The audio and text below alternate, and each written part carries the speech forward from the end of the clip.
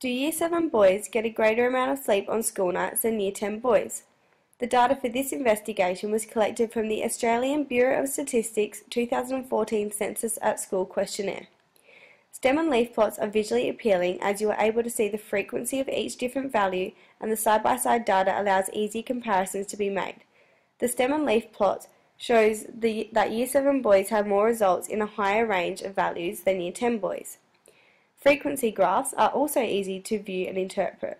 As the data is side by side, it is extremely easy to make a quick comparison on what year level had a greater amount of sleep. These dot plots show the frequency of boys and the amount of hours they slept for. Year 7 boys have a high frequency at 10 hours, whereas the Year 10 boys have a higher frequency in the lower range at 7 hours. The double column graph requires the data to be clustered. Analysing the double column graph may be misleading if it is not closely observed.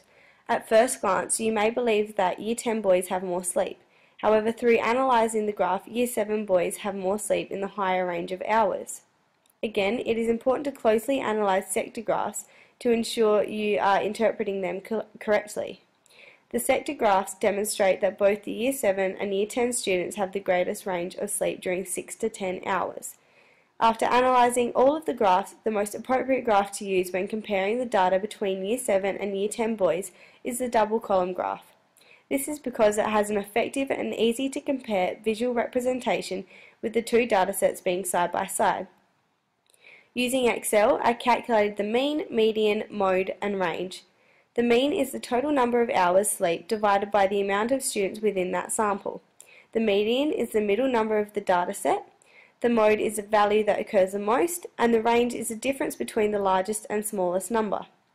When looking at the table, there was only a small difference between the Year 7 and Year 10 boys' results, with the mean change being 1.77 and the median change being 2.